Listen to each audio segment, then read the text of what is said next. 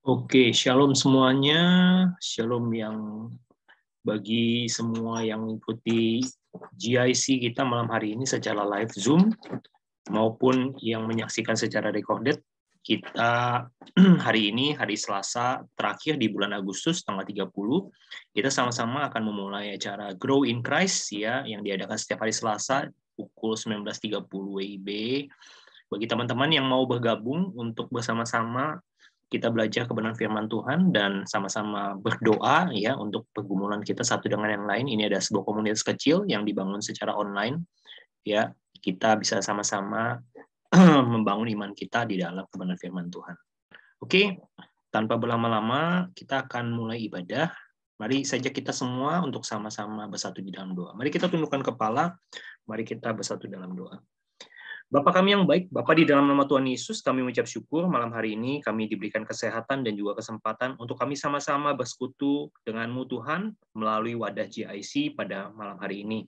Tuhan, Kau urapi dan berkati acara ibadah kami, dari permulaan sampai akhir kami serahkan semua acara ini ke dalam tangan-Mu. Beracaralah Tuhan, Roh Kudus, Engkau yang menjamah, Engkau yang memimpin, bahkan Engkau mengurapi hamba-hamba Tuhan, anak-anak-Mu yang melayani Tuhan, baik WL dan juga pemberita firman, dan juga nanti Bapak Gembala yang akan sama-sama sharing untuk kebenaran firman Tuhan. Terima kasih, kami sekali lagi tidak mengizinkan segala kuasa intervensi iblis untuk mengganggu kami. Biarlah Tuhan juga memberkati listrik, jaringan internet, dan juga setiap kami, untuk kami sama-sama fokus untuk kepada ibadah GIC ini. Dalam nama Tuhan Yesus kami sudah berdoa dan bersyukur. Haleluya. Amin. Amin. Oke, silakan.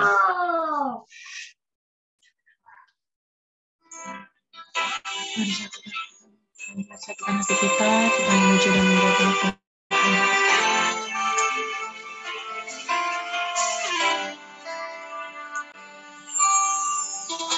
Terus hari di sini mengalir di bait suci,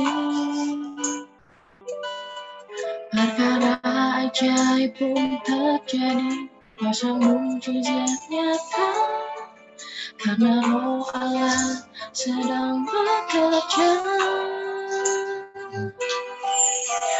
Roh Kudus hadir di sini, mengalir di bait suci, perkara ajaib pun terjadi, kuasa mujizat nyata, karena Roh Allah sedang bekerja. Tiada yang mustahil dan tiada yang sukar bila Roh Allah turut bekerja. Tiada yang mustahil bagi orang percaya bila Roh Allah turut bekerja di antara kita.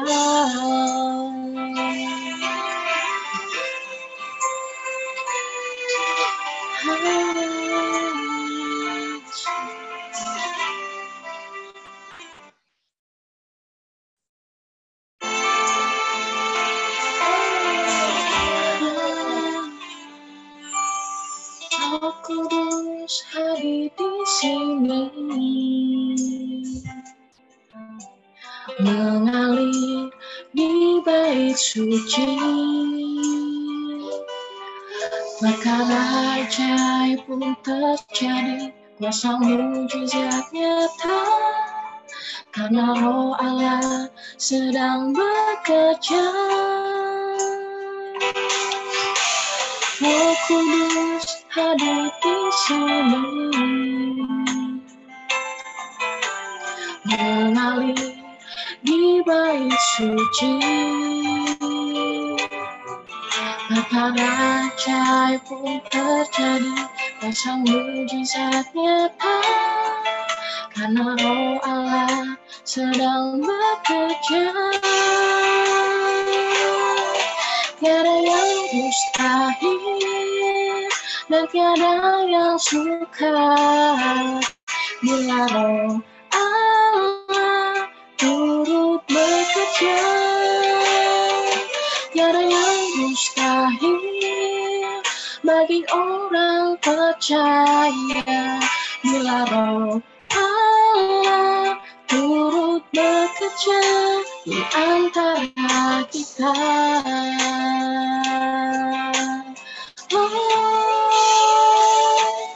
Tiada yang mustahil dan tiada yang sukar bila Roh Allah turut bekerja.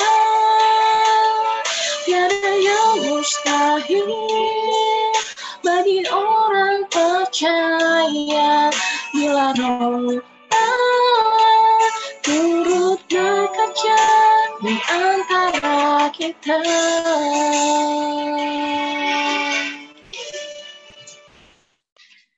Satukan hati kita berdoa. Terima kasih Bapak. Sekarang kami akan mendengarkan firman yang daripadamu. Biarlah Engkau suci kuduskan setiap kami, layakkan setiap kami, agar kami duduk diam mendengarkan firman-Mu Bapa. Terima kasih. Engkau juga kiranya Kau berkati Bapa yang akan membawakan firman-Mu, biarlah menjadi rema dalam kehidupan kami semua. Terima kasih. Hanya di dalam nama Tuhan Yesus Kristus. Haleluya. Amin. Shalom semuanya, teman-teman yang hadir di sini. Saya menyapa dulu Pastor Charlton, Pak Rudi, Pak Vila yang di Bogor, Bu Liani, dan juga Pak Hendri Giovanni ya. Ya, kembali lagi kita minggu ini belajar tentang seri Roh Kudus yang terakhir. Bisa ditampilkan itunya, share screen-nya, Pak Fendi.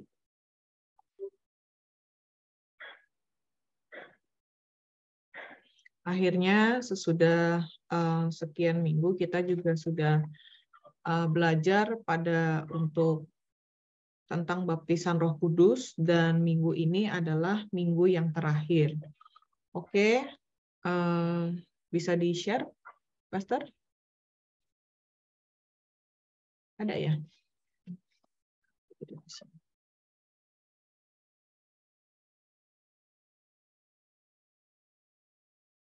Ya. Ya, jadi mari kita sama-sama belajar seperti tadi yang sudah dikatakan bahwa baptisan Roh Kudus. Nah, baptisan Roh Kudus itu adalah peristiwa di mana orang yang sudah bertobat dan percaya kepada Kristus akhirnya ditempatkan sebagai bagian dari tubuh Kristus. Ada tercatat di dalam Alkitab, yaitu dalam 1 Korintus 12 ayat yang ke-13, saya bacakan ayatnya. Sebab dalam satu roh kita semua, baik orang Yahudi maupun orang Yunani, baik budak maupun orang merdeka, telah dibaptis menjadi satu tubuh, dan kita semua diberi minum dari satu roh. Ya, jadi baptisan Roh Kudus ini peristiwa yang hanya satu kali terjadi seumur hidup ya, jadi tidak bisa diulang-ulang. Itu berbeda sekali dengan kepenuhan Roh Kudus yang pada saat kita di gereja mendengarkan firman Tuhan dan kita dijamah ya oleh Roh Kudus. Nah, itu tergantung dari pengalaman iman masing-masing orang. Kalau baptisan Roh Kudus hanya satu kali seumur hidup ya. Nah, baptisan Roh Kudus ini pun juga tidak otomatis membuat seseorang hidup dipenuhi secara kontinu oleh Roh Kudus ya. Bisa saja orang yang sudah dibaptis Roh Kudus, mendapatkan baptisan Roh Kudus, kemudian dia mengalami kemunduran rohani ya. Sama seperti ada yang tercatat di dalam 1 Korintus 3 ya, ayat yang ke-1 ya. Itu di situ perikopnya adalah tentang perselisihan. Dan aku, saudara-saudara, pada waktu itu tidak dapat berbicara dengan kamu seperti dengan manusia rohani, tetapi hanya dengan manusia duniawi yang belum dewasa dalam Kristus. Ya, jadi di sini menggambarkan bahwa manusia itu bagaimanapun dia rohaninya, bagaimanapun dia sucinya, bagaimana itu juga nabi Tuhan, tidak lepas dan selalu ada di dalam masalah, kadang juga turun naik dari kondisi kerohaniannya ya. Jadi tidak ada satu orang pun yang stabil, itu hanya Tuhan Yesus ya. Tetapi apabila kita melihat di dalam bacaan banyak cerita-cerita Alkitab bahwa nabi pun juga mengalami yang namanya diuji, yang namanya kemunduran rohani, yang di dalam masa kesesakan, yang merasa juga mengalami kekalahan dan ditinggalkan ya. Tetapi itu adalah bagian dari proses kita yang kepada Tuhan Yesus ya.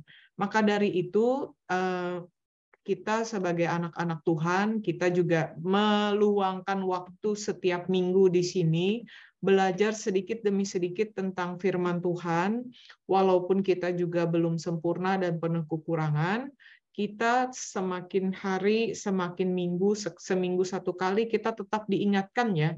Jadi supaya kita juga terkoneksi dengan apa yang namanya firman Tuhan, yang juga belajar sama-sama ya, melalui wadah yang kecil ini ya. Walaupun komunitasnya hanya beberapa orang, tetapi saya yakin dari komunitas yang kecil ini pun saya juga diberkati ya. Untuk dari itu, supaya kita bisa terkoneksi terus dengan Roh Kudus ini, kita semakin hari memberikan diri kita itu, yaitu yang pertama ya, memberikan diri kita dipimpin oleh Roh Kudus, yaitu ada di dalam Galatia 5 ayat 25. Ya, di sini dikatakan jikalau kita hidup oleh Roh, baiklah hidup kita juga dipimpin oleh Roh, ya.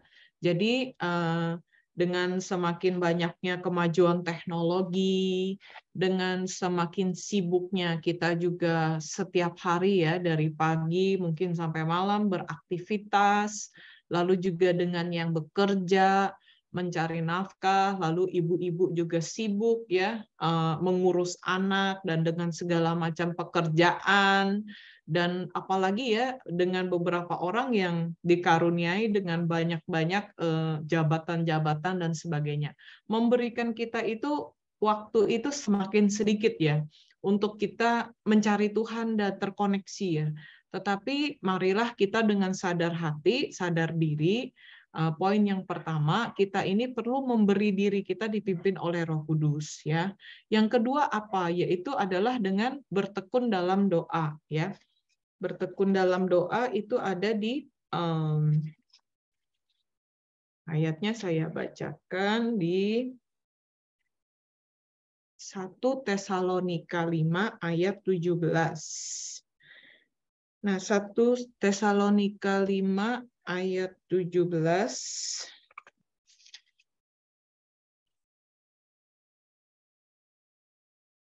Tetaplah berdoa ya. Ini ayat yang sangat singkat, tetapi di sini dikatakan tetaplah berdoa, yaitu bertekun dalam doa ya. Ya. Jadi yang di 1 Tesalonika 5 ini pun juga ada, saya tambahkan 3 ayat ya, di ayat pasal yang sama, yaitu berjaga-jaga ya.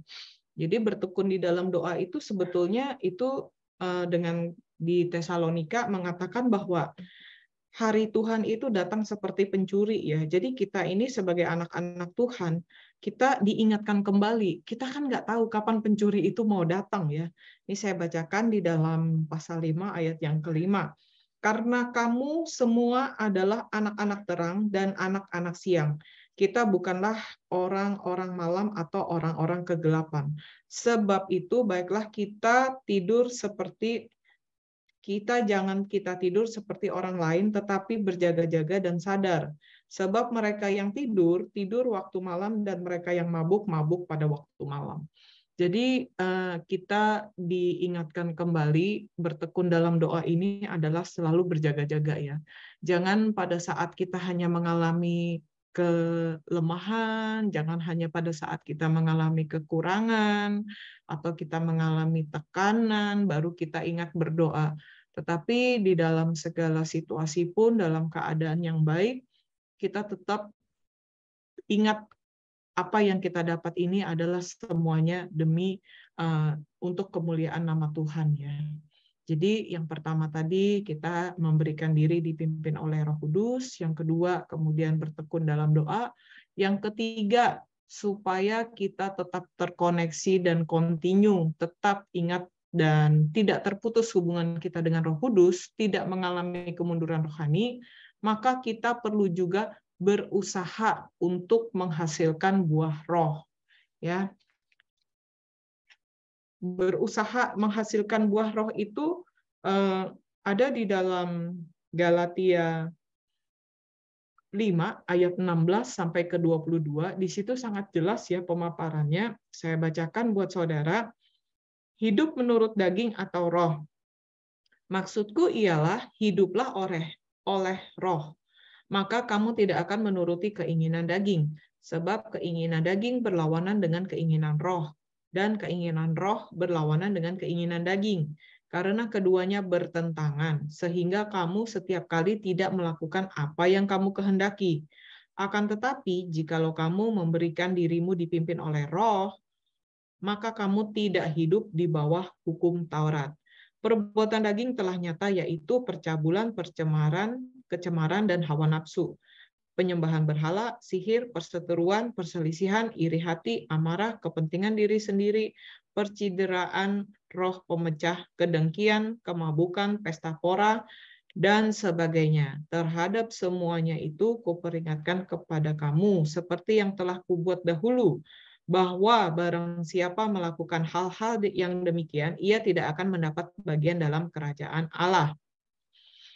Tetapi, nah di sini buah roh adalah, ya di sini ada 9 buah roh, kasih, sukacita, damai sejahtera, kesabaran, kemurahan, kebaikan, kesetiaan, kelemah lembutan, penguasaan diri, dan tidak ada hukum yang menentang hal-hal itu. Jadi, dengan banyaknya tadi perbuatan-perbuatan daging yang disebutkan di dalam dari ayat berapa sampai berapa, hanya dikalahkan oleh 9 buah roh. Ya, 9 buah roh ini sebetulnya apabila kita memiliki sebagian atau kita memiliki semuanya lebih baik, tetapi kalau kita memiliki 1, 2, 3 aja dari 9, itu menurut saya adalah seperti memiliki karakter Kristus ya, belajar ya. Nah, marilah juga saya mengajak saudara-saudara berusaha menghasilkan buah roh ya. Jadi kita tidak fokus kepada menghafal firman Tuhan, tetapi kita maju satu step lagi, kita betul-betul menjadi pelaku firman Tuhan. Jadi bukan hanya hafal firman Tuhan, tetapi pelaku firman Tuhan. Kalau sudah pelaku firman Tuhan, maka kita akan otomatis kita akan memancarkan apa yang dikatakan itu tadi buah-buah roh. Mungkin kita buah roh kasih, sukacita ya, kesabaran, misalnya mengalami apa yang namanya difitnah, mungkin mengalami apa yang tidak enak ya, lalu kemudian kita tidak membalas. Maka Tuhan memberikan kita adalah sebetulnya bukan kita sedang diuji atau kita kenapa sial banget digituin terus sama orang ya, tetapi sebetulnya secara tidak langsung adalah Tuhan itu memberikan melatih kita dan memberikan kita itu ketahanan ya, ketahanan atas segala masalah yang kita alami, sehingga secara otomatis, secara tidak langsung mental kita semakin kuat, dan juga Tuhan itu memberikan roh kesabaran, yang namanya roh kesabaran. Dulu saya kalau digitukan orang, wah misalnya langsung bereaksi, langsung tidak mau kalah, langsung membalas, langsung spontan ya. Itu kita kalau melihat diri kita yang hari ini, 20 tahun yang lalu, 10 tahun yang lalu, 5 tahun yang lalu, kita bisa mengkoreksi diri kita. Apakah ada perubahan yang baik dalam diri saya? Oh, ataukah saya tahun ini kok jadinya dulu saya kayaknya nggak begitu, sekarang saya kok jadi gampang lebih marah ya, lebih gampang marah sama orang, lebih gampang tidak mau percaya, lebih gampang naik darah, lebih gampang marah-marah, atau tidak ada roh kesabaran ya. Nah, itu saudara sendiri masing-masing yang bisa menjawab ya, apa kekurangan dan apa kelebihan kita. Dari mana kita mulai dikikis keakuan kita, dari ego-ego kita yang dulu kita belum mengenal Tuhan, dan sesudah kita bergereja, mendengar firman, belajar firman, dan melakukan firman, apa buah-buah roh yang sudah saya miliki. Misalnya buah roh sukacita, ya kan? Sukacita ini bukan hanya duit lagi banyak, tetapi duit tidak banyak pun bisa merasakan bahagia dan tetap bisa bersyukur. Itu adalah buah roh dari sukacita, ya. Jadi damai sejahtera, kemudian kemurahan. Nah, kemurahan ini juga satu buah roh yang kita diuji ya. Di masa pandemi, dalam masa-masa yang semua orang mengalami yang namanya seluruh dunia, bukan hanya di Indonesia, mengalami yang namanya kekurangan, baik secara pekerjaan, materi, dan saya yakin semua orang pasti terdampak ya. Mungkin ada beberapa orang yang malah melejit juga di dalam masa pandemi, itu hanya beberapa orang ya. Mereka yang berbisnis misalnya di dalam kesehatan, lalu sanitizer pada masa itu ya, itu sangat rame dan sangat tiba-tiba omsetnya meledak ya. Itu nah, tetapi sebagian besar dari kita masyarakat yang disuruh diam di rumah, yang biasanya bekerja aktif, dan kemudian kita tahu tiba-tiba mengalami yang namanya mampet ya, mampet pendapatan, mungkin berkurang atau bahkan kesulitan gitu ya. Nah, beberapa dari teman-teman saya banyak sekali bercerita, bahkan saya mendengar sendiri di dalam masa pandemi itu banyak keluarga-keluarga yang mengalami perceraian. Justru mereka ada di dalam rumah, suami istri, maka seringkali terjadi keributan.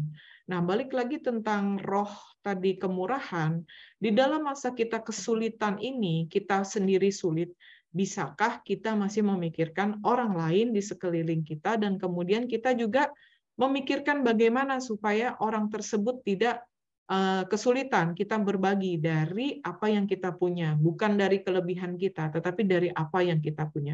Adakah dari kita ini roh kemurahan itu ada di dalam diri kita? Mari kita koreksi diri dan kita juga mulai belajar menjadi penyalur berkat ya, penyalur berkat dalam situasi apapun. Jadi apabila kita memiliki roh kemurahan itu, tidak menunggu hanya pada saat kita diberkati dengan melimpah baru saya bisa memberi, tetapi baiklah kita memberkati seberapapun yang kita ada. Ya. Jadi yang ketiga tadi berusaha menghasilkan buah roh. Buah roh ini kalau dikupas tidak pernah habis ya, dan selalu banyak contoh-contoh dan juga banyak sekali yang ingin diceritakan dari buah roh ini ya.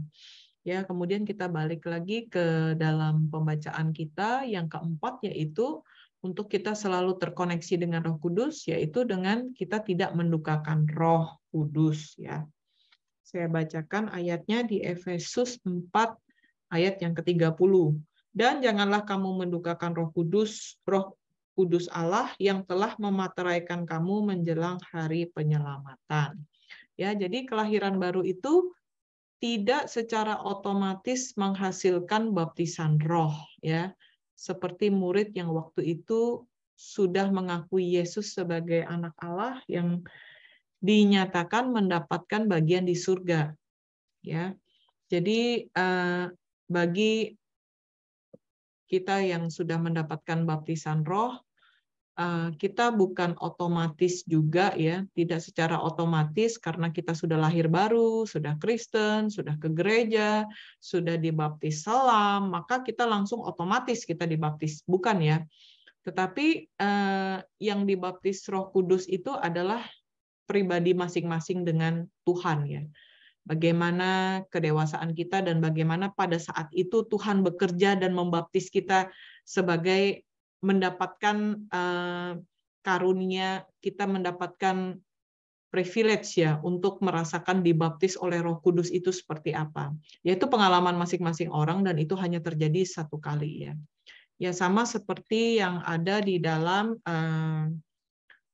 Matius 16 ayat 16 ya. Matius 16 ayat 16 di sini dikatakan ya, murid Yesus, maka jawab Simon Petrus, engkau adalah Mesias, anak Allah yang hidup. Ya, ini murid Yesus ya. Murid Yesus pun mungkin menunggu dia dibaptis oleh Roh Kudus, maka dia bisa menyatakan bahwa Tuhan Yesus itu adalah Tuhan. Nah, apabila dia belum dibaptis Roh Kudus, walaupun dia murid Yesus, seperti Yudas, ya dia ada di samping, bersama-sama pelayanan, tetapi menurut saya Yudas mungkin belum dibaptis Roh Kudus ya, karena dia sendiri belum mengakuin dan bahkan dia menjual gurunya, ya. Jadi ini adalah pengalaman pribadi seorang dengan Tuhan, tidak bisa disamakan dengan pengalaman kita atau pengalaman saya atau pengalaman suami saya ya. Dalam kita membahas dalam Roh Kudus ini. Dan juga ada di dalam Lukas 10 ayat yang ke-20 dikatakan, namun demikian janganlah bersukacita karena roh-roh itu takluk kepadamu, roh kecil ya, tetapi bersukacitalah karena namamu ada terdaftar di surga. Ya, jadi tetap harus menunggu di Yerusalem yang pada saat pencurahan Roh Kudus ya, itu adalah bukti bahwa baptisan Roh Kudus tidak sama dengan kepenuhan Roh Kudus ya. Dan baptisan Roh Kudus pun tidak selalu ditandai dengan berbahasa roh. Bahasa roh adalah hanya salah satu manifestasi dari sekian banyak yang bisa terjadi atas orang percaya.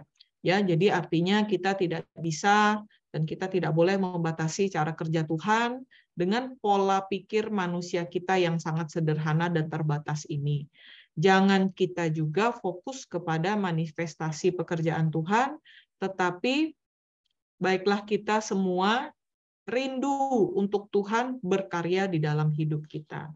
Ya, pengalaman Roh Kudus itu didapatkan kalau kita sudah menjadi petobat-petobat yang sejati.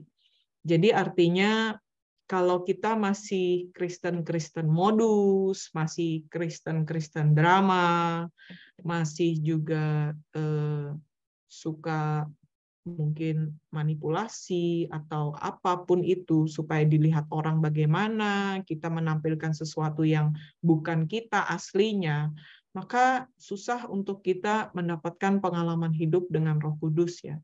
Jadi dari pertobatan sejati, maka level selanjutnya kita mendapatkan baptisan roh ya 1 kali, kemudian ditambah dengan kepenuhan roh, baptisan Roh Kudus. Tadi baptisan air 1 kali ya, dan ini baptisan Roh Kudus 1 kali ya, dan kepenuhan Roh Kudus bisa berulang kali, maka pengalaman iman kita akan selalu dimurnikan dan kita semakin dekat dengan Tuhan. Ya demikian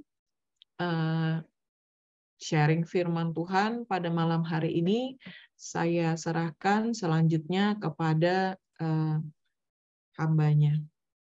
Terima kasih. Ya, puji Tuhan. Bapak Ibu, Bu Marcel ini menggambarkan jauh lebih baik daripada bahan yang sudah disiapkan ya. Kita perlu berikan apresiasi yang luar biasa buat Ibu Gembala kita, luar biasa. Mari sebelum kita masuk dalam pembahasan, Bapak Ibu, terlebih dahulu kita tutup firman Tuhan malam hari ini dalam doa. Mungkin saya bisa minta Bu Iva bisa doakan untuk firman Tuhan malam hari ini, Bu Iva. Waduh, Bu Iva lagi nge-blow nih jangan-jangan nih. Bu Iva. Baik, kalau tidak ada mungkin saya saja ya, biar cepat. Ucap syukur untuk firman Tuhan yang sudah ditaburkan.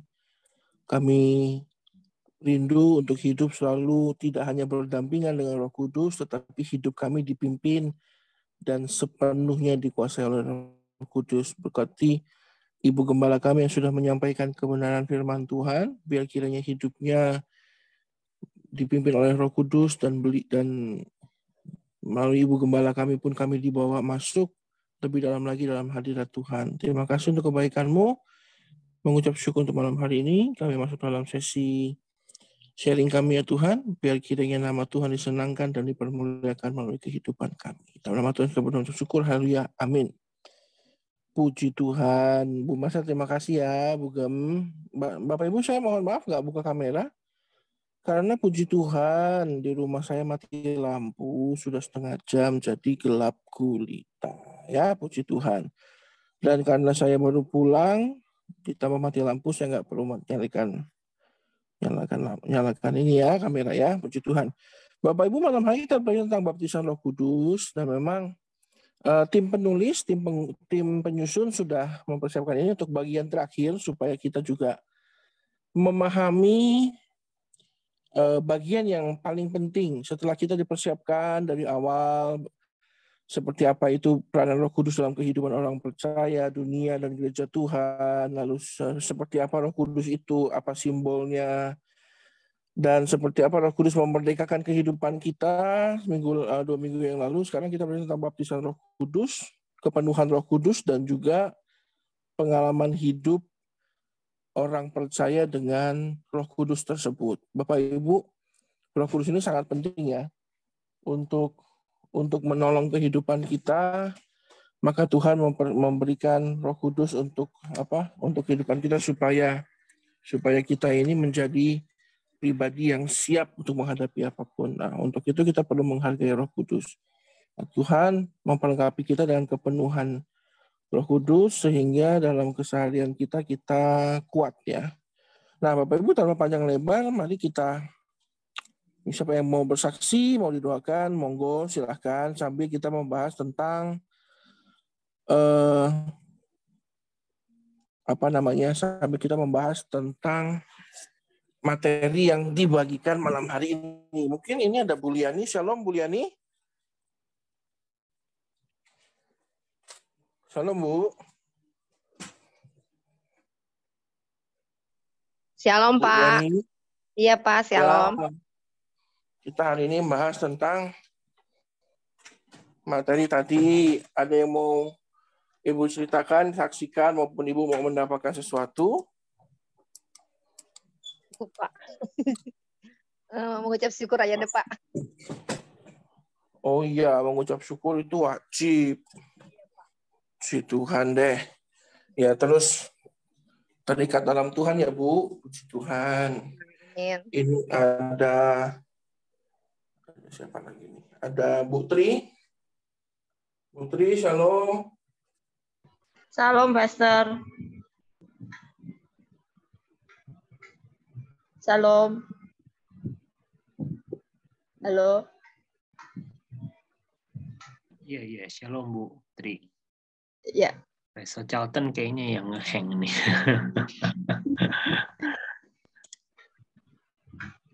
Kayaknya Pastor Charlton yang hang. Oke, mungkin Bu Tri bisa sharing aja Bu, nggak apa-apa Bu, lanjut aja. Mungkin Bu Tri mau bertanya atau mau menambahkan atau mau men-sharingkan pengalaman Bu Tri tentang baptisan Roh Kudus tadi yang di-sharingkan oleh Bu Gembala, mungkin pernah ada pengalaman, mungkin silahkan Bu Tri. Iya. Malah saya yang keluar. Iya, apa Pastor Charlton. Bu Tri tadi mau konfirmasi malah kok Pastor Charlton yang hilang. Oke, silakan Bu Tri. Ya. Bu Tri mungkin mau cerita, silakan Bu Tri. Masih belum nyambung juga sih sebenarnya tadi karena saya masuknya terlambat. Oke, baik. Tentang baptisan yang baptisan air itu kan ya kan tadi ada apa kayak skema di bawahnya itu tadi terakhir kan kayak baptisan suci, terus baptisan air, terus segala macam gitu kan ya. Itu padahal hanya setiap orang yang dibaptis air itu kan dari istilahnya umurnya dari 17 tahun ke atas ya, itu udah bisa terima baptisan air. Cuman masalah pertobatan sejati itu kan sebenarnya yang tahu kan pribadinya masing-masing sama urusannya sama Tuhan gitu ya. Nah itu termasuk gimana ya, termasuk Maksudnya gimana, saya mau nanyanya bingung jadinya. Jadi nggak tentu orang itu benar-benar bertobat sejati gitu terus dibaptis, kan orang nggak ngerti kan, pendeta juga yang membaptis pun nggak tahu kalau dia memang sudah bertobat sejati gitu, sudah tobat beneran, tapi sudah menerima baptis kayak gitu. Jadi gimana caranya kita benar-benar kalau itu orang benar-benar tobat gitu loh. Ya sih Bu, memang ya saya paham maksudnya Ibu itu kan bagaimana kita tahu seseorang bertobat dengan benar atau tidak kan gitu ya Bu ya? Ya. Jadi gini Bu, kalau pemahaman saya loh, ini pemahaman saya loh ya, nanti mungkin bisa dikoreksi oleh Bu Marcel maupun Pak Survendi, Pak Surudi maupun Pak Gem ya. Pertobatan yang sejati itu adalah memang nggak akan bisa sempurna Bu, tapi kita bisa menuju kepada kesempurnaan. Nah, pertobatan yang sejati menurut saya adalah pertobatan yang walaupun langkahnya pelan, tidak sempurna, tetapi satu langkah demi satu langkah menuju kepada apa yang Tuhan rencanakan. Gitu. Jadi sekalipun memang langkahnya pelan, kok kesannya kok pertobatannya kok progresnya kok tidak terlalu signifikan. Tetapi asalkan dia menuju kepada kebaikan dan kebenaran Tuhan, itu sudah menurut saya langkah pertobatan yang sejati, Bu. Jangan malah menjadi orang yang waktu dia bilang bertobat, tetapi langkahnya malah bukan makin dekat, makin jauh. Gitu. Kayak Yusuf.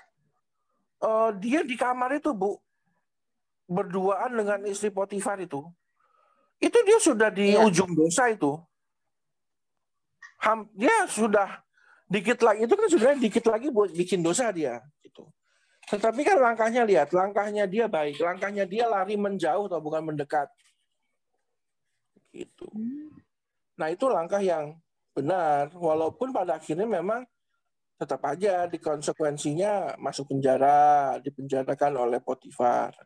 Ya nggak apa-apa, yang penting prosesnya dan progresnya menuju kepada kesempurnaan. Jadi jangan salahkan kecepatannya Bu, tetapi lebih fokus kepada arah kemana kita bertobat, itu penting. Gitu. Martin Luther dulu pernah bilang bahwa kalau kamu nggak bisa terbang, ya lari. Kalau kamu nggak bisa lari, ya jalan. Kalau kamu nggak bisa jalan, ya merangkak aja, merangkak gitu loh. Tetapi apapun yang terjadi, kamu harus tetap bergerak maju gitu. Jadi pastikan bahwa progres kita tuh maju, Bu. Maju itu bukan berarti sekedar arah kemana kita jalan, tapi maju itu berarti kan makin baik gitu loh, Bu. Makin baik. Kalau hari ini saya dapat rezeki dari Tuhan 100.000, besok 150, berarti kan rezeki saya maju toh. Berarti ya kalau pertobatan yang sejati menuju kepada arah yang tepat, yaitu siapa? Ya Tuhan kita. Itu pertobatan yang sejati. Kalau menurut saya gitu, jadi jangan dipentingkan seberapa banyak dia sudah berubah, tetapi ke arah mana dia berubah. Itu jauh lebih baik, dan kita jadinya nggak menghakimi orang. Kenapa orang suka saling menghakimi? Karena yang kita persoalkan adalah seberapa banyak dia berubah, bukan ke arah mana dia berubah. Gitu. Ya, Bu Tri ya. Maksudnya paham nggak nih, Bu? Paham. Tapi itu apakah dia akan menerima karunia Tuhan untuk berbuat baik, maksudnya untuk bertobat benar-benar selama dia sudah menjalani baptisan air itu, Pastor? Baptisan air itu kan tanda dia percaya, Bu, tanda kepemilikan Tuhan. Dan itu memang hal yang wajib ya. Maksudnya baptisan air itu kan kalau dalam konsep berpikirnya adalah mati bersama-sama dengan kedagingan, lalu bangkit bersama-sama dengan kemuliaan Tuhan Yesus kan. Jadi mematikan kedagingan, membangkitkan kehidupan roh kita. Jadi memang setelah dia dibaptis oleh air, maka terbukalah kesempatan untuk dibaptis oleh Roh Kudus. Jadi Roh Kudus jadi punya akses ke kehidupan kita, Bu. Gitu. Iya. Kebanyakan orang tidak dibaptis air lalu berharap Roh Kudus bekerja. Bisa sih, Bu. Bisa, tetapi tidak maksimal jadinya. Kenapa? Karena kepemilikannya tidak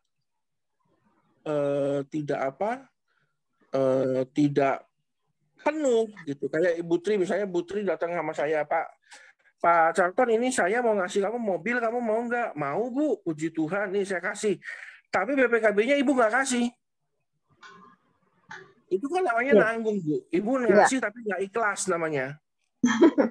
Kan gitu. Nah, kalau kita hidup sama Tuhan tapi kita nggak dibaptis, ya kita kayak diserahkan sama iblis ke Tuhan, tapi iblis nggak kasih BPKB-nya. Katanya Tuhan, ya lu nggak ikhlas namanya gitu. Jadi memang sangat penting dibaptis oleh Roh Kudus, baru yang namanya dibaptis oleh air itu, sehingga kesempatan untuk mengalami pertobatan yang sejati itu bisa terjadi, Bu. Gitu. Walaupun memang banyak juga yang habis dibaptis oleh air berbuat dosa lagi, ya banyak. Tetapi memang secara prinsip ya seperti itu. Kalau kamu nggak beli tiketnya, ya kamu kan nggak bisa naik busnya kan gitu. Itulah kurang lebih ya, Bu ya. Lalu kalau baptisan persik bagaimana tuh, Pastor? Nggak maksimal dong, kan dia nggak selam. Nah, gini Bu, baptisan persik harus dipahami begini. Saya nggak akan bahas tentang doktrin, maksudnya doktrin persinode ya. Iya. Tapi baptisan persik itu sah nggak? Sah, Bu. Tergantung kondisi di mana dia berada. Dalam kondisi, misalnya Pak Paulus Eko, baptis persik, apakah Pak Paulus Eko jadi pendeta ngawur? Ya enggak.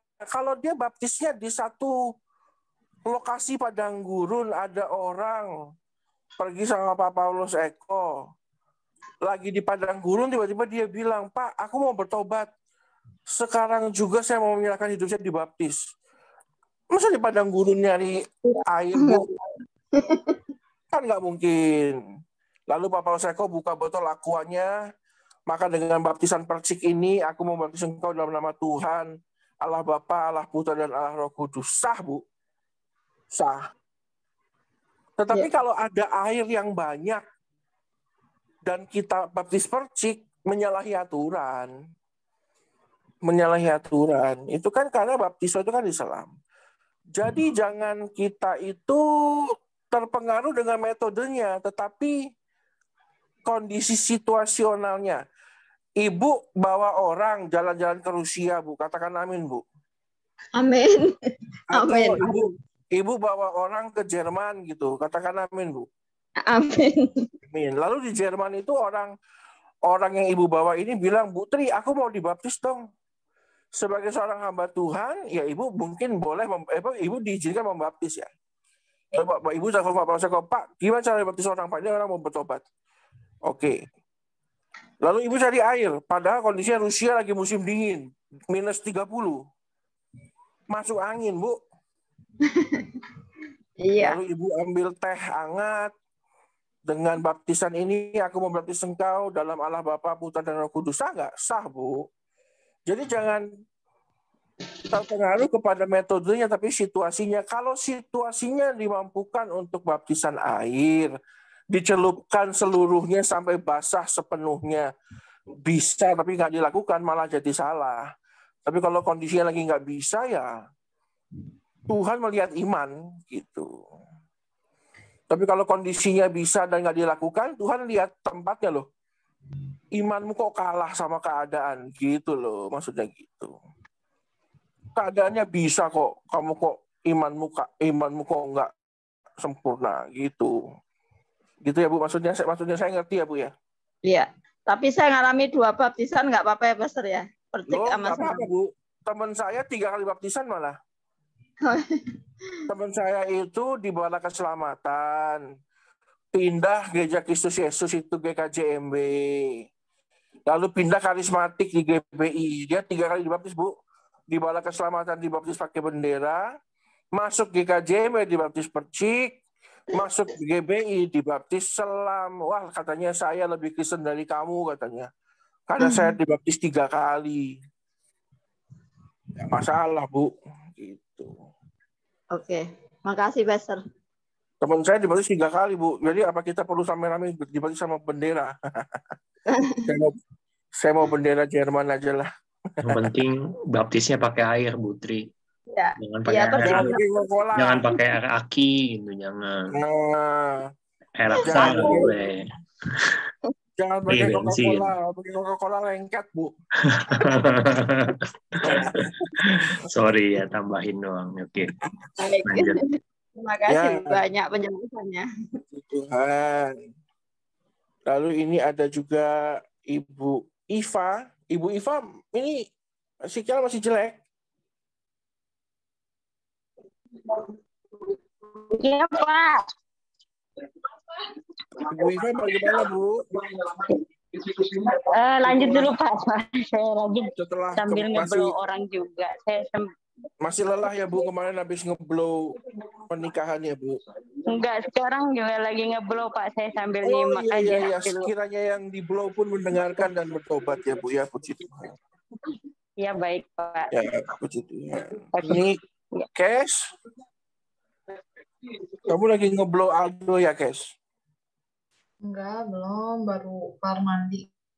Oh, baru mandi. Kalau Aldo jangan di blow, langsung di bonding aja. Orangnya belum balik. Belum ya. Oke, ada yang mau diceritakan atau mau ditambahkan nggak, Kes? Enggak sih. Enggak ya. Iya, udah oke lah. Puji Tuhan, dalam hidup kita, terutama Kesia sebagai anak muda yang dikejar itu, jangan fokus kesempurnaan ya, capek. Tapi fokus arahnya itu yang paling penting. Yang tadi kita udah bahas ya. Supaya nggak capek.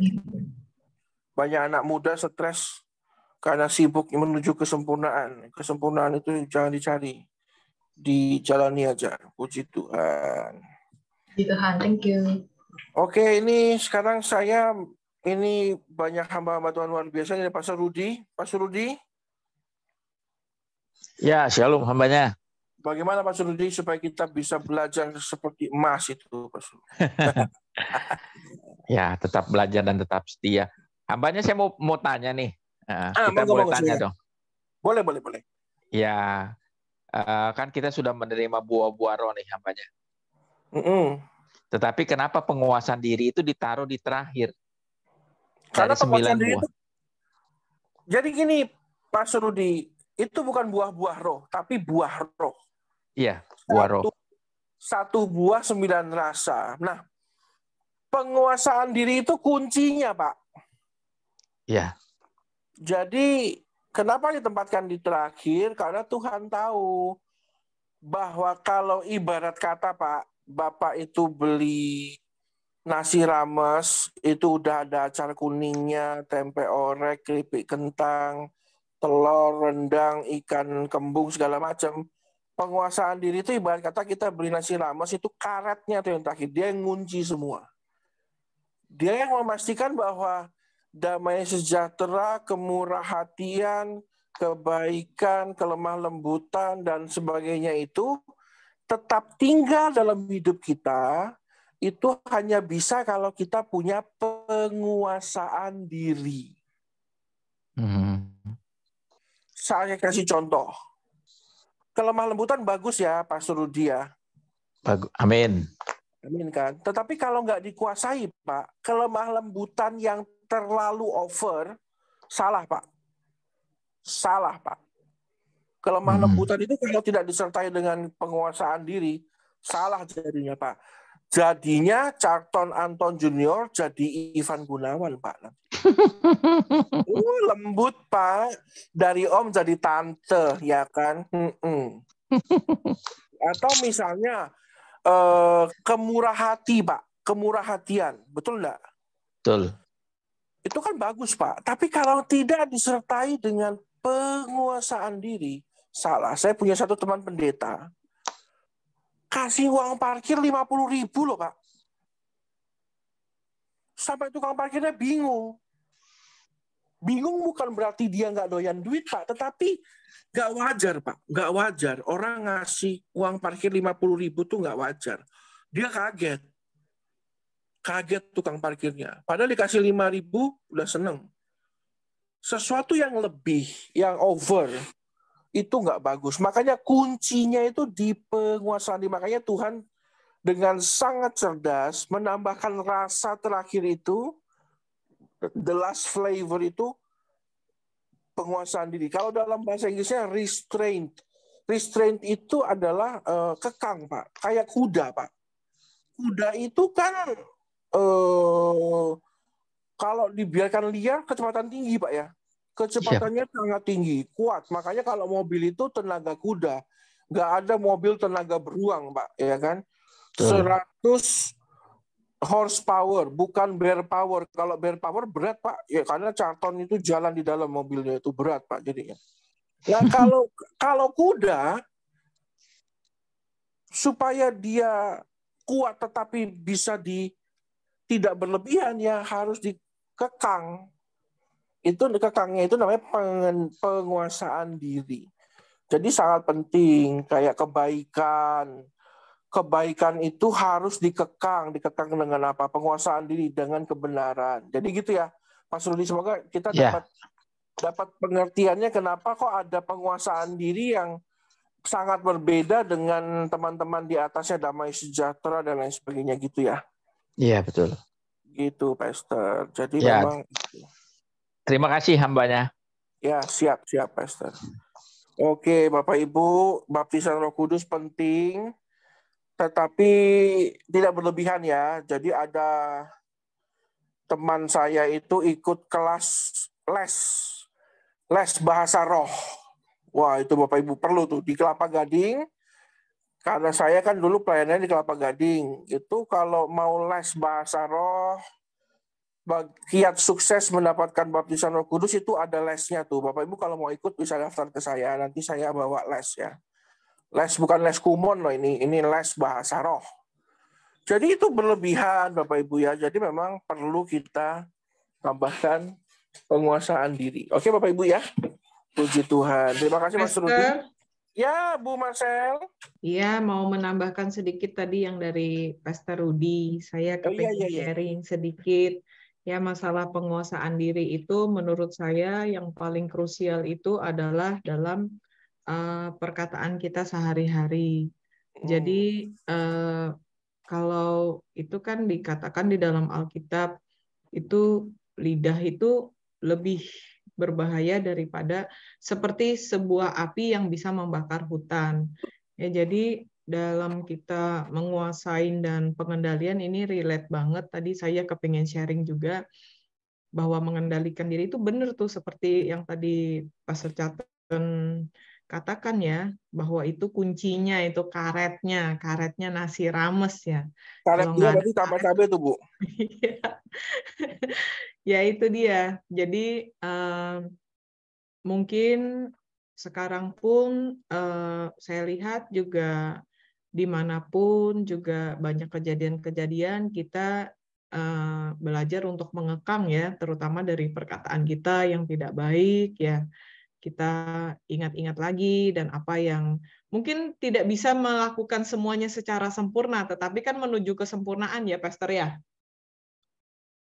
Menuju kesempurnaan. Jadi menurut saya mulai dari perkataan, dari tidak terlalu banyak mengomentari juga, itu juga satu langkah kecil tetapi bisa berdampak besar.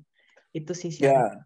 Saya jadi ingat dulu ada Akademi Fantasi Indosiar kan lagu theme song-nya itu Menuju Puncak. Nah, itu Menuju Puncak perlu rupanya penguasaan diri loh. Nyanyi kekencengan juga nggak bagus.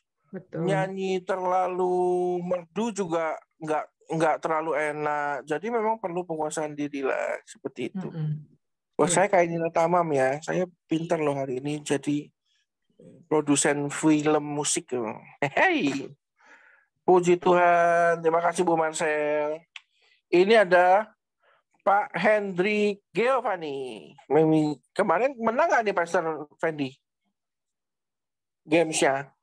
Menang lomba kerupuk, makan kerupuk menang. Juara 1, Oh, mengalahkan semua pester-pester. Loh, itu pengalaman pribadi yang luar biasa. Tambah sambal terasi enggak itu?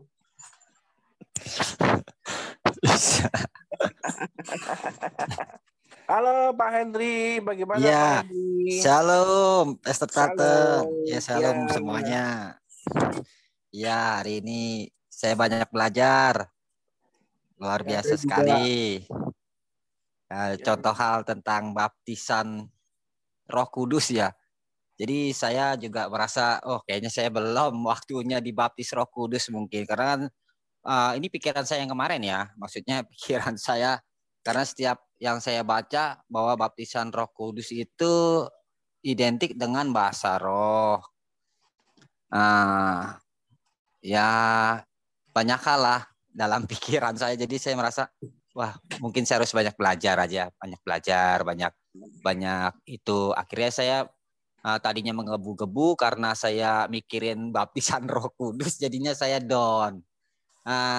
Sampai pada waktunya ya saya banyak konsultasi juga sama Pastor Fendi, ngobrol-ngobrol, sharing-sharing, sampai pada waktunya malam-malam waktu saya berdoa itu seperti ya ini pengalaman pribadi mungkin ya. Jadi Tuhan kasih tahu saya seperti apa yang kamu maksudnya apa yang saya pikirkan gitu. Yang terpenting adalah hubungan saya sama Tuhan itu. Jadi seperti halnya kita kalau nggak kenal orang itu, maka kita nggak bakalan tahu orang itu baik atau dia sukanya apa atau dia maunya apa.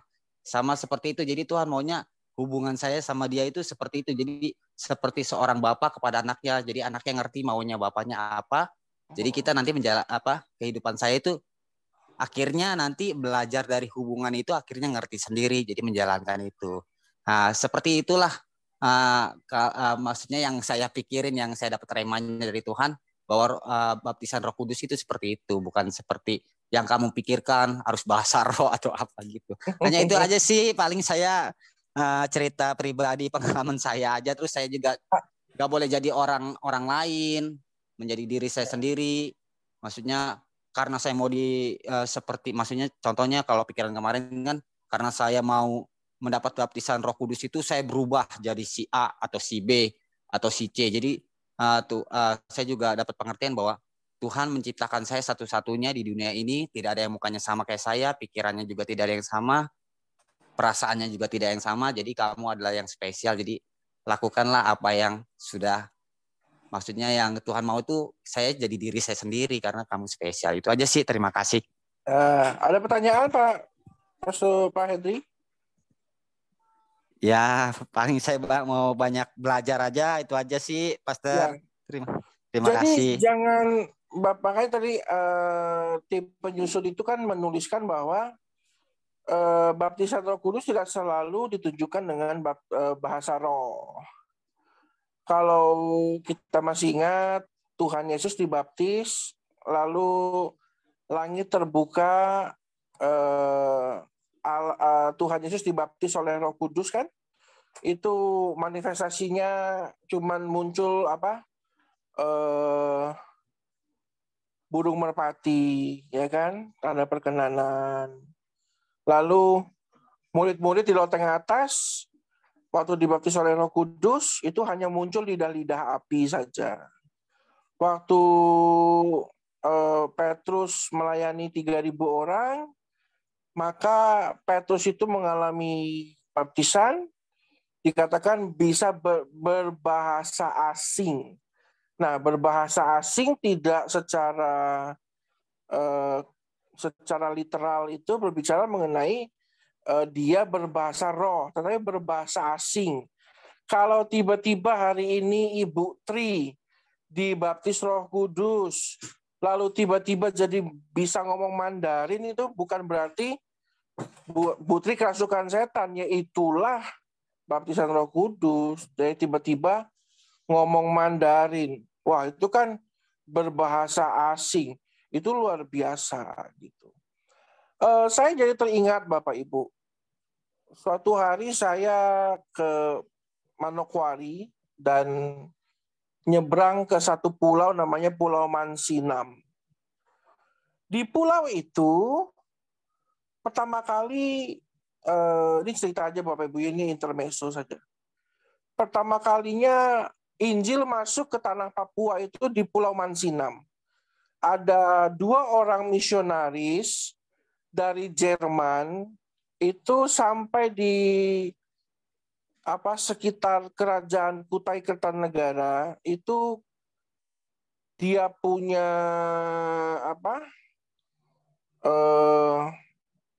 kapal lautnya itu terbakar. Lalu dipinjamkan oleh Sultan Kutai kapal Kesultanan Kutai Kertanegara itu. Lalu dia berlayar nyampainya di Pulau Mansinam. Di Pulau Mansinam itu dulunya itu suku pemakan daging, kanibal. Sampai di situ 2 misionaris dengan seluruh kru mau dimakan. Lah kok bisa tiba-tiba dua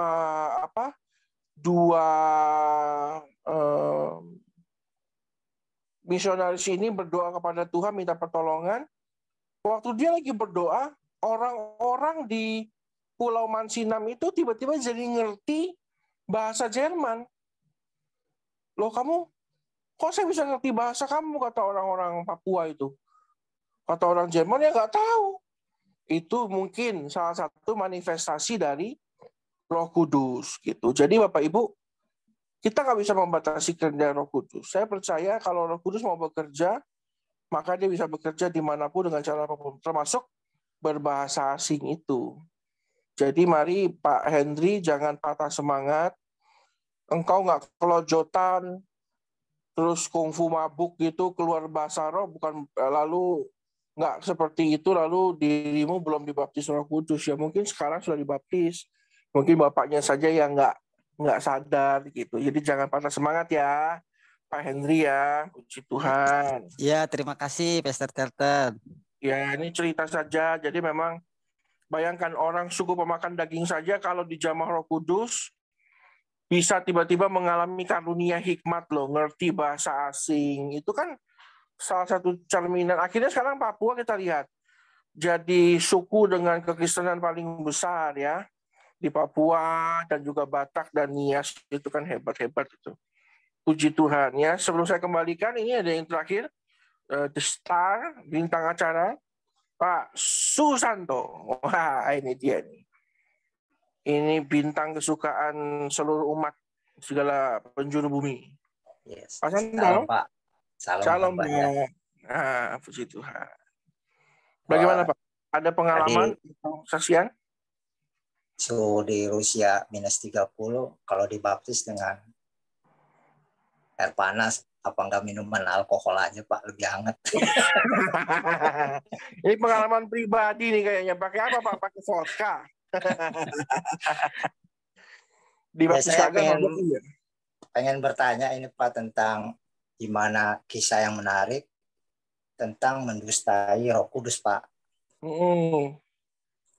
Di Alkitab ada seorang hambanya seperti Ananias, kasus Ananias dan Safira.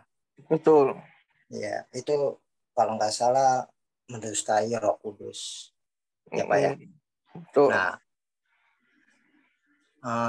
Ananias ini kalau nggak salah dia menjual sebidang tanahnya dan hasilnya diberikan kepada rasul-rasul sebagian, tidak keseluruhannya. Dan dia bersepakat juga dengan istrinya itu Safira. Bahkan Rasul Petrus saya juga mengatakan, kenapa hatimu dikuasai iblis, gitu kata dia kan. Betul. Terus kalau engkau menjual tanahmu atau tidak itu kan juga punyamu, gitu. Kenapa engkau mendustai Roh Kudus? Kamu bisa mendustai manusia, tapi Roh Kudus tidak bisa, gitu. Nah, pertanyaan saya ini kan merupakan suatu ketidakjujuran ya Pak ya. Ya. Nah, soalnya ini kan tidak di kisah para rasul kalau nggak salah itu kan nggak dijelaskan detail, dan Bahkan pada saat itu juga putuslah nyawanya si Ananias. Artinya kan meninggal ya Pak ya. Betul. Dikubur, dibawa keluar, terus ditanya pula istrinya, Sapira. Sama dia, karena dia sepakat, dia tidak jujur juga. Akhirnya dia meninggal juga. Kalau saya mungkin dapat pengertiannya seperti itulah. Nah, kalau saya ambil dari pembacaan ini kan berarti tidak kejujuran, Pak ya. Iya. Nah, ada suatu pertanyaan gini. Apakah tidak kejujuran itu merupakan suatu mendustai Roh Kudus ya? Satu. Terus kedua, kenapa pada masa itu kok Allah kejam banget gitu loh. Cuman kasarnya, maksudnya kejujuran itu begitu apa ya, sampai nyawa taruhannya gitu loh. Itu kenapa nggak di masa sekarang jujur gitu Pak, nggak meninggal. Enggak juga Pak, enggak juga. Jadi gini Pak, saya potong dulu. Saya takutnya Bapak ada pertanyaan kedua nih, saya nggak ingat. Tidak semua ketidakjujuran itu mendustai Roh Kudus Pak. Tetapi semua ketidakjujuran itu perbuatan dosa, ya. Jadi harus dibatasi dulu nih. Saya bangun dulu nih dasar bangunannya. Bahwa semua ketidakjujuran itu perbuatan dosa ya, setuju ya. Tetapi tidak semua ketidakjujuran itu mendustai Roh Kudus. Nah, kalau dalam konteksnya Ananias dan Safira, waktu itu para rasul, Ananias itu termasuk salah satu dari para supporter para rasul. Yang waktu itu kekurangan, yang waktu itu memang sudah bersepakat harus disupport, sehingga mari orang-orang yang punya harta benda, ayo jual milikmu, support nih para rasul, supaya mereka bisa melayani Tuhan dengan baik. Penghidupannya kita jamin. Gitu. Tapi jangan bohong, kalau memang kamu jualnya 10.000, ya ngakunya 10.000 gitu. Nah waktu itu datang ke Petrus, ngomong, aku jual tanah nih, jual 8.000. Bener nggak kamu jual 8.000? Bener nih, bener ini buat pelayanan Tuhan loh. Bener, mati Pak dia. Gitu. Jadi memang waktu itu sudah disepakati bersama, jangan bohong ya. Kalau kamu memang nggak niat, lebih baik nggak usah. Kamu nggak niat lalu kamu nggak lakukan, malah Roh Kudus nggak marah gitu loh, ngerti nggak Pak? Iya. Kalau kamu nggak lakukan, malah Roh Kudus itu nyaman-nyaman aja. Oh ya sudah, kalau memang kamu nggak ikhlas ya nggak usah gitu. Tapi kamu sudah jual, terus kamu ngaku harus serahkan semua. Nah, kesepakatannya sudah dibangun, tetapi nggak dilaksanakan. Itu mendukakan Roh Kudus, Pak. Mendustai Roh Kudus. Lalu pertanyaannya, kok kejam amat, Pak? Karena memang kalau urusan sama Roh Kudus, hukumannya lebih berat, Pak. Masih ingat Petrus tidak mengakui Tuhannya 3 kali? Iya. Itu Tuhan cuma datengin dia, geleng-geleng doang, Pak. Petrus, sebelum matahari berkokoh tuh kamu sudah menyangkal aku 3 kali. Enggak mungkin Tuhan. Aku tidak akan pernah melakukan itu. Enggak akan pernah. Tuhan baru pergi bentar, dia ditanyain, nyangkal 3 kali. Mati nggak Petrus, Pak? Enggak, Pak. Waktu hubungannya dengan Tuhan Yesus, Petrus nggak mati. Bahkan banyak orang mengatai Yesus itu Beelzebul, nggak mati, Pak. Tapi waktu Ananias dan Safira nipu Roh Kudus, mati. Karena memang Roh Kudus itu kan ditaruh dalam hati kita. Yang kita sudah pernah bahas itu tentang mendukakan Roh Kudus, ditaruh dalam hati kita sebagai penolong. Udah dikasih baik-baik penolong, kamu sakiti hatinya. Aduh, hukumannya mati, Pak. Memang bahaya. Jadi memang di zaman anugerah ini jangan kita sakiti Roh Kudus, Pak. Harus dijaga. Karena dia itu lembut, pribadi yang lembut hatinya. Jadi harus dijaga betul. Gitu, Pak. Waktu zaman itu ya berhubungan dengan Tuhan Yesus nggak mati, tapi kalau urusannya sama Roh Kudus mati langsung. Jadi gitu Pak ya. Jadi saya sedikit membenarkan bahwa dengan urusan hal-hal yang lebih sederhana, tapi kalau sudah urusannya dengan Roh Kudus, Allah Bapa tuh nggak kasih ampun Pak, langsung talak 3 mati di tempat Pak, gitu ya. Seandainya gini Pak, seandainya satu lagi, seandainya Ananias dan Sapira jujur misalnya di hadapan Roh Kudus, dia menjual sebagian bidang tanah, tapi dia bilang saya menyerahkan sebagian milikku ya kan kepada rasul-rasul itu. Nah, dia jujur gitu ngasih, karena uangnya sebagian kupakai, contoh misalnya untuk membetulin rumah lah, misalnya atau apa gitu, seperti apalah, misalnya dipakai lah. Apakah dia juga mati Pak? Enggak ya Pak. Paling Petrus bilang loh, kalau kayak gitu kamu Pak, kalau ini saya coba berperan jadi Petrus ya Pak. Ya. Petrus didatangin Ananias. Hambanya, ini aku jual tanah 10 miliar. Tapi udah kepake 2 miliar. Saya serahkan 8 miliar ya. Loh, katanya Petrus, kan sepakatnya kamu serahkan semua. Iya, serahkan semua. Kok kamu malah pakai 2 miliar? Iyalah, bisa kok ada hutang. Gimana dong? Paling Petrus bilang begini, Pak. Ini kemungkinan kalau saya jadi Petrus ya. Yeah. Kalau memang kamu tidak ikhlas, nggak usah. Daripada kamu mati, sudah nggak usah saja, sudah bawa aja duitnya sana. Kalau memang kamu ada keperluan, pakai buat keluargamu, sudah nggak usah. Daripada kamu sok-sokan nyerahkan ke rasul-rasul malah mati karena mendukakan Roh Kudus, sudah nggak usah. Ya sana. Bawa pulang uangmu, kami nggak butuh uangmu. Paling digituin Pak. Gitu. Mati nggak? Enggak. Apakah Roh Kudus kecewa? Kecewa Pak, tapi nggak membuat mati. Iya, nggak membuat mati. Karena jujur. Iya. Jadi kecewa nggak? Kecewa Pak. Sama seperti Bapak nih, Pak Carton. Pak, kita makan steak ya Pak? Ya, oke. Nanti jam 10 saya jemput. Oke. Bapak malah nggak ada kabar. Bapak minta maaf, Pak. Sorry saya ketiduran. Iya, Pak, saya maafkan. Minta maaf ya, Pak. Iya.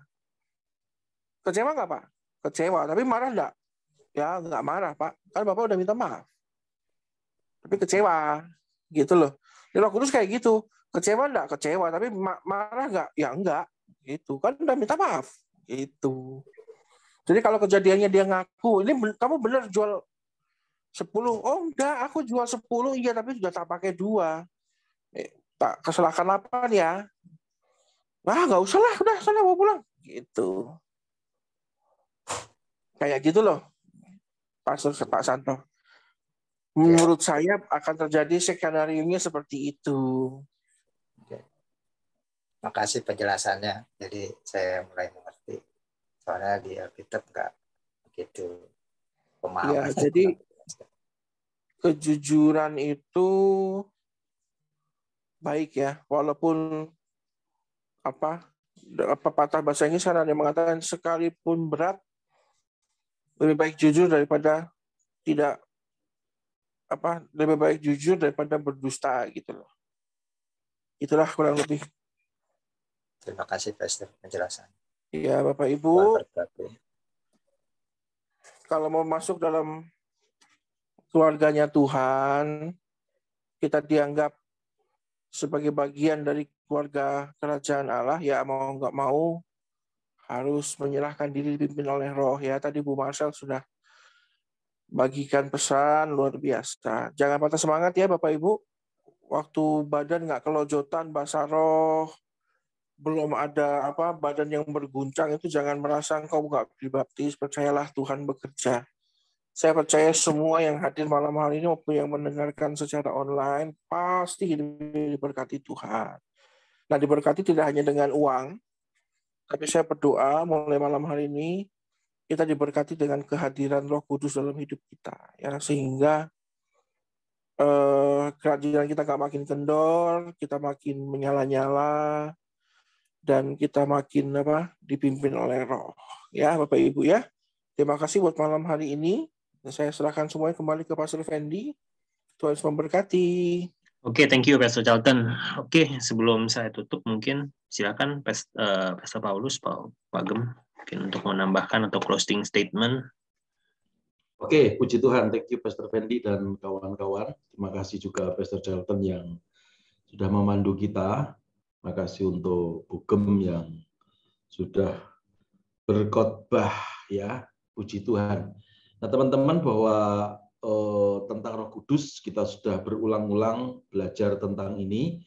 Saya hanya mau tegaskan bahwa Roh Kudus itu adalah pribadi Allah yang Tuhan berikan dalam kehidupan kita. Jadi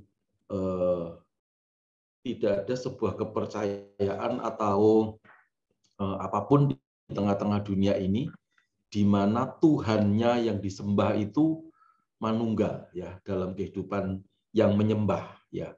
Jadi itu tidak ada kecuali iman percaya kita kepada Tuhan Yesus Kristus ya. Nah, maka itu kita harus bersyukur kita tuh punya sesuatu yang berbeda dengan yang lain. Karena itu jangan bangga dengan hanya agama Kristen ya. Karena kalau tadi saudara bisa melihat rekonstruksi yang hari ini ada kasus pembunuhan polisi itu ya. Nah, itu juga banyak orang-orang Kristen ya. Jadi Kristen itu ternyata bukan hanya satu kebanggaan. Ya, Kristen tidak berarti apa-apa kalau dia tidak mengerti bahwa di dalam hidup si Kristen ini ada pribadi Allah. Ya. Nah, sering kita menyepelekan pribadi Allah ini ya, lalu kemudian kita mengandalkan kemampuan, kekuatan kita sendiri. Sehingga yaitu tadi seperti yang ditanyakan siapa tadi ya tentang penguasaan diri ya, tentang buah roh ya, dan buah yang terakhir itu bukan buah-buah ya, tapi yang bagian yang terakhir itu tentang penguasaan diri ya. Jadi boleh memiliki segala macam karena itu kan penguasaan diri itu sebetulnya isinya di dalamnya itu kasih, di dalamnya itu juga ada hikmat, akal budi, pengertian ya, gitu, kebijaksanaan itu ada di dalam penguasaan diri itu ya. Ketika orang tidak ada penguasaan diri, maka kepandaian dan pengalaman dan kehebatan dan karunia pun bisa lenyap dengan seketika. Yaitu pesan yang pertama. Lalu berikutnya tentang tadi ditanyakan Ananias dan Safira ya. Saya hanya mau tambahi satu hal bahwa tadi Pastor Charlton bilang tentang bohong ya. Nah, sebetulnya satu hal lagi yang menarik yaitu tentang Tuhan itu tidak suka dengan orang yang pura-pura ya. Ananias Safira itu bukan hanya sekedar bohong ya. Karena bohong dengan pura-pura itu beda ya. Bohong itu bisa karena menyelamatkan diri sehingga seperti Daud pernah pura-pura bohong, pura-pura gila ya. Daud itu menyelamatkan diri ya. Dia menyerupai orang gila sehingga selamat gitu. Tetapi yang namanya pura-pura ya itu spirit ya, pura-pura. Karena itu kan dikatakan bahwa Tuhan itu juga benci kepada orang-orang fasik ya, ahli-ahli Taurat ya. Makanya dikatakan kamu itu seperti kuburan, kata Tuhan Yesus. Di luar itu dilapisi, dilabur ya, kata Alkitab terjemahan lama. Dilabur itu dicat ya. Dicat yang bagus tapi di dalammu itu isinya tulang belulang ya. Jadi Tuhan itu tidak suka orang yang berpura-pura. Nah, contoh berikutnya orang yang berpura-pura itu Yudas Iskariot. Ya, waktu dia mau menunjukkan kepada imam-imam kepala ahli-ahli Taurat yang sudah membayar Yudas Iskariot dengan 30 keping uang perak itu, ya, lalu kemudian Yudas Iskariot bilang nanti siapa yang aku cium itulah dia. Ya, mencium itu kan mestinya mengasihi, mencium itu kan mestinya terjemahannya itu sayang gitu ya. Tapi ini mencium itu menandakan bahwa dia pura-pura itu ya. Maka itu nasihatnya adalah mari kita itu tampil apa adanya ya. Kalau iya katakan iya, kalau tidak katakan tidak. Sebab di luar iya dan tidak itu kalau penuh rekayasa berasal dari iblis. Ananias dan Safira pura-pura ya. Karena itu mati dia. Jadi orang Kristen yang suka pura-pura, ya, maka dekat sekali dengan maut gitu. Makanya mari kita tampil apa adanya. Ya, katakan ya, tidak, katakan tidak. Roh Kudus selalu memberikan kepada kita untuk kita bicara jujur dan tidak pura-pura ya. Kita mau ya, banyak sekali ahli Taurat, imam kepala, orang-orang Farisi, orang-orang fasik itu yang dibenci oleh Tuhan. Alkitab bukannya tidak hafal, sangat hafal, tetapi dia tidak mau melakukan dengan sungguh-sungguh. Dia penuh dengan kepura-puraan, dengan berbajukan imam, dengan berbagai macam atribut-atribut keagamawian, ya. Tetapi hatinya tidak ada atribut Roh Kudus. Itu yang membuat Tuhan murka ya. Jadi itu tambahan saya. Kiranya bagian yang terakhir ini menjadi satu kunci dan membuat kehidupan kita orang percaya itu satu.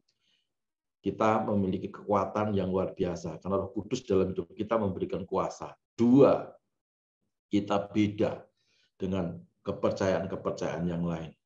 Orang mencari Tuhan, ya, tetapi ini Tuhan mencari kita dan manunggal dalam kehidupan kita. Itu di luar nalar manusia. Karena itu kita harus bersyukur, jangan pernah tinggalkan kasih karunia. Tuhan Yesus memberkati.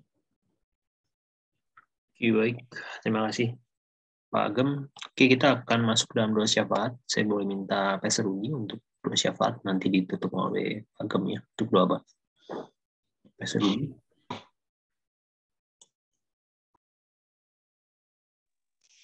Iya, mari kita tundukkan kepala. Tuhan Yesus yang baik, sungguh kami bersyukur atas pemberitaan firman pada malam hari ini, di mana kami boleh dimengertikan, kami boleh diberikan kekuatan, kami boleh diberikan hikmat dan pewahyuan yang daripada Allah Roh Kudus sendiri. Karena kami percaya ketika kami dimengertikan, kami tidak menjadi orang yang biasa, tetapi orang yang penuh kuasa. Karena kami percaya kekuatan, kuasa datangnya daripada Bapa segala terang, diberikan kepada setiap pribadi kami anak-anak Tuhan pada malam hari ini. Kami percaya kebenaran firman Tuhan boleh menjadi satu rema, boleh menjadi satu tantangan, boleh menjadi satu keyakinan bahwa kami dipimpin oleh Allah Roh Kudus. Dan kami percaya apapun yang kami kerjakan boleh menjadi satu kemuliaan bagi nama Tuhan Yesus Kristus. Tuhan memberkati hambanya, Bu Gembala, Bu Marcel, biarlah apapun hikmat yang pada malam hari ini diberikan boleh menjadi satu tanda yang baik buat setiap kami anak-anak Tuhan di pada malam hari ini.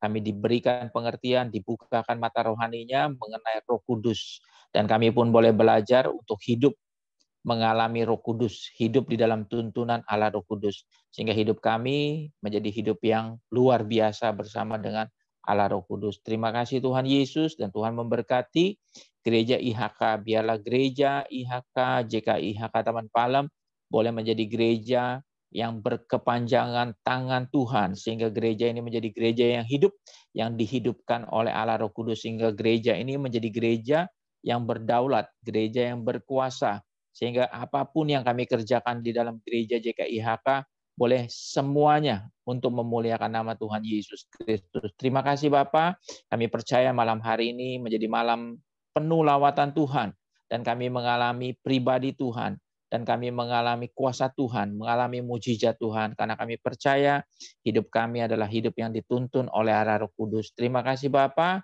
untuk setiap kebenaran firman Tuhan yang telah disampaikan pada malam hari ini. Tutup bungkus kami semuanya oleh kuasa darah Yesus Kristus. Dalam nama Tuhan Yesus, sebelum kami akhiri, kami akan mengangkat tangan kanan lebih tinggi dari atas kepala kami, dan kami akan memperkatakan kata-kata iman. 3, 2, 1. Saya percaya saya ada anak Tuhan yang penuh dengan kemuliaan Tuhan, hidup dalam kekudusan, sukses di dunia dan masuk surga.